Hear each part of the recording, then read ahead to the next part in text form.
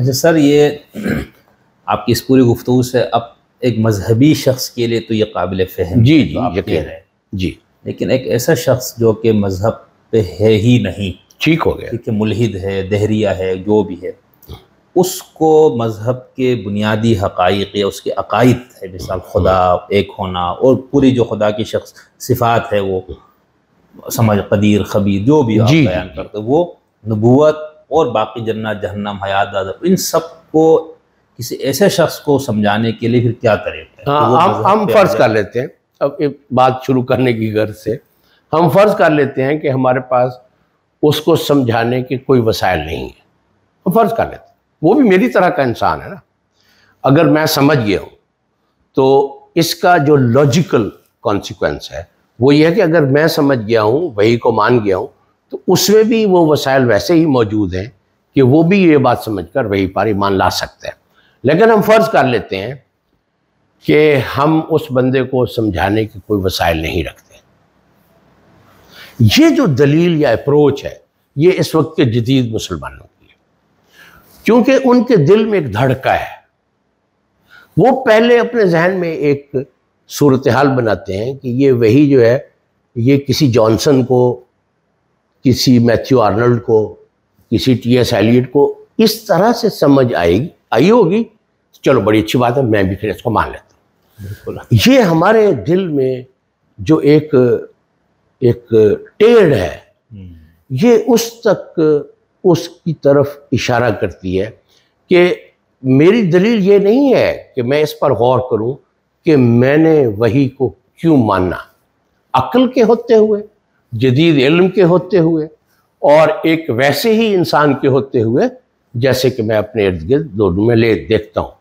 تو مسلمانوں کا مسئلہ یہ ہے کہ وہ اس وقت جدید مسلمانوں کا مسئلہ یہ ہے کہ میرے وحی پر، رسالت پر، اللہ کے دین پر میرا ایمان اس وقت محکم ہو جائے گا جب کوئی جدید ماڈرنٹی پر کھڑا کافر بھی اس کو ایکسیپٹ کر لے گا، تو پھر میں اس میں جزم محسوس کروں گا۔ یہی بات، اصل بات اس میں یہ ہے۔ جی، تو اس میں میری گزارش یہ ہے کہ اس پہ ہمیں پریشان ہونے کی ضرورت نہیں ہے۔ اگر فرض کیا میں نے اپنے مان لیا ہے اس دین کو اور میں اس کے لیے اپنی پوزیشن کا ایک عقلی دفاع بھی کر سکتا ہوں، تو پھر وہ اگر نہیں مانتا تو میں کیا کر سکتا ہوں؟ ایک بات یہ۔ دوسری بات یہ ہے کہ نہ ماننے کی ایک بہت بڑی وجہ یہ ہے کہ انسان جو ہوتا ہے نا، اس کے پاس عقل کے اور علم کے تصورات مختلف ہوتے ہیں۔ ہمارے پاس دنیا کے انسانوں کو انگیج کرنے کا واحد ذریعہ عقل اور علم ہے، اور اس میں جو سب سے اہم بات ہے وہ یہ ہے کہ میں عقل اور عقل کے دائرے میں رہتے ہوئے اس سے گفتگو کر سکتا ہوں۔ وہ اس میں ایسی چیزیں شامل کر دیتا ہے جو عقل کا موضوع نہیں ہے، یہاں سے ہم اس کے ساتھ ایک انگیج کر سکتے ہیں۔ دوسرا بھی تھوڑی دیر پہلے آپ نے ایک بات فرمائی علم الکلام کے حوالے سے، اس کا میں بھول گیا۔ اس میں عرض یہ ہے کہ یہ بات کہنا کہ علم الکلام عقیدے کی عقلی توجیحات ہیں، یہ بے خبری کی بات ہے۔ اگر عقیدہ علم ہو جائے تو ختم ہو جاتا ہے۔ اگر عقیدے کی اساس ریشنل ہو جائے تو وہ عقیدہ نہیں رہتا۔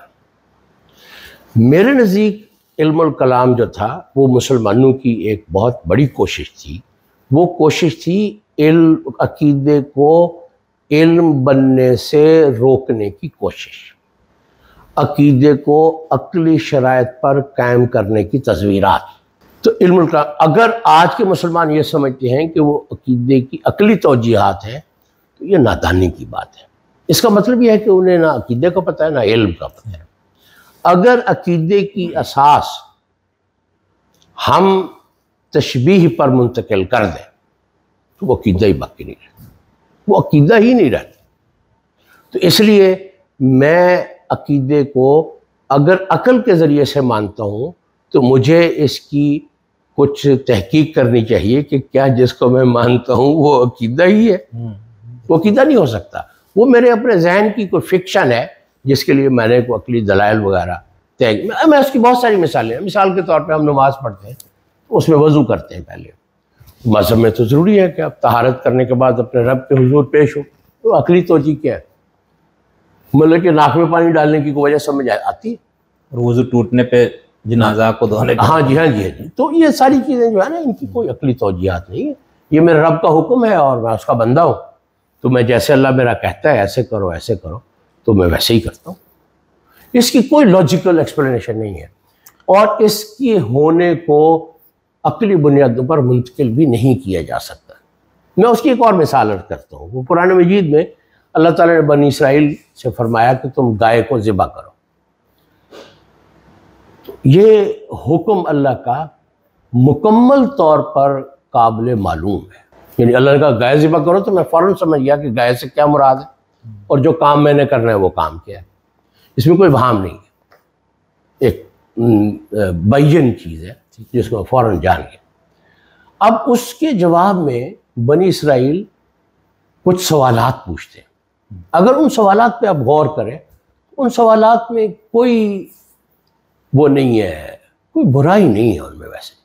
یعنی مجھے تو میں نے دیانتداری سے ان سوالات پر غور کیا ہے تو ان میں کوئی برائی نظر نہیں آتی. ٹھیک ہے. وہ جو بھی سوال ہے کہ جی آپ تھوڑا سا اس کو مزید یہ کر دیں, حضرت موسیٰ سے کرتے ہیں یہ کرتے ہیں یہ کرتے ہیں.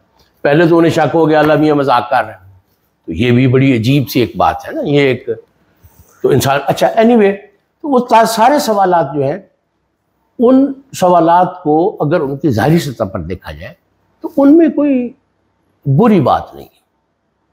لیکن اللہ تعالیٰ کی ججمنٹ سے ہمیں پتہ چلتا ہے کہ یار یہ تو انتہائی کوئی برے سوالات تھے اور بڑی مشکل سے انہوں نے گائے کو ذبح کی, ورنہ وہ یہ کام کرنے والے نہیں تھے. فَذَبَحُوهَا وَمَا كَادُوا يَفْعَلُونَ. اچھا اب اللہ تعالیٰ کی جو ججمنٹ تھی اس سے ہمیں اندازہ ہوا کہ وہ سوالات صحیح نہیں تھے. اب ہم اگر سوال اٹھائیں کہ وہ کیوں صحیح نہیں تھے, کیا مسئلہ تھا, اس کا ہمارے پاس کوئی جواب نہیں. جو اصل بات کہنی چاہیے وہ تو ہم نہیں کہتے. وہ سوالات برے اس لیے تھے کہ وہ اللہ کا حکم اس کو وہ تشبیہی چیز بنانا چاہتے تھے. علم تعینات کا نام ہوتا ہے. علم چھوٹی سے چھوٹی چیز کو متعین کرنا چاہتے ہیں اور قابل فہم صرف وہ چیز ہوتی ہے جو حس کے دائرے میں ہو. جو خبر غیب ہے وہ اپنی اصل میں قابل فہم نہیں ہوتی. وہ قابل معلوم تو ہوتی ہے کہ مجھے فوراً معلوم ہو جاتی ہے کہ اللہ مجھ سے کیا چاہ رہا ہے, اس کا اللہ طریقہ بھی بتاتا ہے. لیکن ایک کار ہے, اگر میں یہ کروں کہ یار یہ بے جان سی چیز ہے جو بھاگی جا رہی ہے تو میں ایک پروجیکٹ کا آغاز کرتا ہوں کہ میں یہ سمجھوں کہ یہ مادی چیز کیسے بھاگی جا رہی ہے, تو آخر کار میں اس مقصد میں کامیاب ہو سکتا ہوں. لیکن حضور علیہ الصلوۃ والسلام نے ارشاد فرمایا کہ اللہ کا فرشتہ میرے پاس اللہ کی طرف سے یہ پیغام لے کے آیا ہے. اب اس کو سمجھیں جی کیسے آیا, یہ تو نہیں سمجھا جائے. معلوم ہو گیا ہمیں اللہ کے نبی نے جیسے فرمایا ویسے ہی ہے, لیکن اس کے تعینات کے بارے میں ہمیں ایک ذرہ برابر کوئی چیز پتہ نہیں چل سکتی. تو اس لیے جو بنی اسرائیل کے سوالات تھے وہ تھے خبر غیب کو قابل فہم بنانے کے سوالات تھے. وہ خبر غیب میں جو حکم تھا اس حکم کا جو اینڈ تھا یعنی گائے, وہ گائے کے تعینات کو پھیلانا چاہ رہے تھے. وہ اس کو مسلسل پھیلاتے چلے جا رہے کہ وہ گائے کیسی ہوگی, وہ ایسی ہوگی, پھر کیسی ہوگی, اس کا رنگ کیسا ہوگا, وغیرہ وغیرہ وغیرہ وغیرہ. آپ اگر دیکھیں تو ان کے سوالات کا رخ اس گائے کے تعینات کو پھیلانے کی طرف ہے. وہ اس گائے کے چھوٹے سے چھوٹے, یہ علم کا مسئلہ ہے. علم کا مسئلہ یہ ہے کہ جب تک میں چھوٹی سی چھوٹی چیز کو جو چیز ہے اور جب تک میں چھوٹے سے چھوٹے لفظ کو جو اس چیز کے لیے استعمال کرتا ہوں میں اس کے تعینات کو بہت باریکی سے بہت پریسیجن سے میں ان تعینات کو قائم کرتا چلا جاتا ہوں. تو یہ جو ٹینڈنسی ہے غیب کو سمجھنے کی ٹینڈنسی, یہ ماڈرنٹی, پیدا کرتا ہے. یہ انسان کی جو ایک نیچر ہے کہ وہ ان چیزوں میں ابہام کو دور کرنے کے لیے یا اس کی اپنی کسی خلقی ضرورت کو پیدا کرنے کے لیے چیزوں کے تعینات کی طرف مائل ہوتا ہے، اس میں کوئی شک نہیں. لیکن جدیدیت تو ان تعینات کے علاوہ کسی چیز کو مانتی ہی نہیں. تو اس لیے میری عرض یہ ہے کہ علم جو ہے وہ عقیدہ نہیں بن سکتا، اور عقل کے ذریعے سے عقیدے کی کوئی ریشنلائزیشن یا جسٹیفیکیشن نہیں کی جا سکتی. تو سر یہ جو قرآن مجید کی 2 سے لے کر 100 جلدیں تک جو تفسیریں ہیں وہ کیا ہے؟ وہ اب بندے کو کام نہیں ملتا تو کچھ نہ کچھ تو کرنا ہی ہے نا. آپ دیکھ لیں تفسیروں میں کیا لکھا ہوا. نہیں، جو ہمارے ایک معاصر دانشور ہے ان سے ملاقات بھی کر کے آیا ہوں، ڈاکٹر خضر صاحب، وہ اسی بنیاد پہ تو سب چیزوں کو رد کر رہے ہیں. ڈاکٹر خضر صاحب بڑے محترم دوست ہیں میرے، لیکن ان کی جو پوری تعبیر دین ہے اس پر انشاءاللہ الگ سے کبھی گفتگو کریں گے. ابھی تو ہم انہیں دوست کے طور پر خراج تحسین ہی پیش کر سکتے ہیں کہ بہرحال وہ کوشش کر رہے ہیں، لیکن ان کی جو کوشش ہے اس میں علم کا زہر سرایت کر چکا ہے. اس کی تفصیل میں کسی وقت عرض کرتا ہوں. تو مطلب آپ کی بات سے تو یہ لگ رہا ہے نا کہ پھر یہ اتنی بڑی بڑی تفسیریں اور یہ لکھنے کی تو ضرورت ہی نہیں تھی. میرا خیال ہے ضرورت، جی نہیں، میرا خیال ہے کہ اس میں دیکھیں کوئی نحوی اور اس طرح کے جو مسائل ہیں، اس میں جو صرف کے، نحو کے، اور اس میں وہ حالات، وہ زمانہ، اس میں جو افراد اور وہ وقت، اس کی بہت ساری چیزیں ایسی جو ہے وہ ان کو اگر ہم تفسیروں میں درج بھی کر دیں تو وہ ایک اچھی چیز ہے. باقی اگر آپ ان کی کوئی تعبیر کرنا چاہتے ہیں، یہاں تک کہ آیت محکم متشابہات کی جو تعبیرات وہ تو ساری اسی پہ ہیں. دیکھیں آیت متشابہات کا تو اچھا ایک مسئلہ ہے کہ اس کی اگر ہم تعبیر کرتے رہیں اس سے کوئی چیز فرق نہیں پڑتا. وہ انسانی ذہن کا مصروف رہنے کے لیے آپ مذہب کی بنیادی حقائق کو علم بنانے کی نہیں، وہ ہاں اس میں اگر فرض کیا، اس میں 2 ٹینڈنسیز ہیں. اگر ابن عربی ہوں گے تو اس کو عرفان بنا دیں گے جی، اگر مجھ جیسا کوئی نکھٹو آدمی ہوگا وہ اس کو علم بنا دے گا.